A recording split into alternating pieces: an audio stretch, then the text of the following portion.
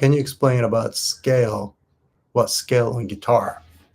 The first scale that everybody learns since you're a baby is major scale. Do, re, mi, fa, sol, la, ti, do is major scale. People talk about major scale all the time, but really, like, how do we use that, right? It's a happy song, so it's a major scale. Sad songs usually minor scale. Yellow is submarine's a happy scale. So we'll first of all you play do re mi fa sol la ti do.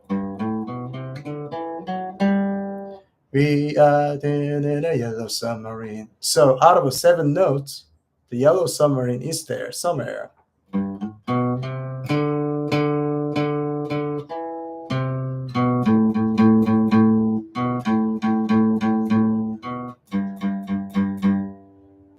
That's why you learn scale, because we just predict the 7 notes first, and then within the 7 notes, all the melodies there.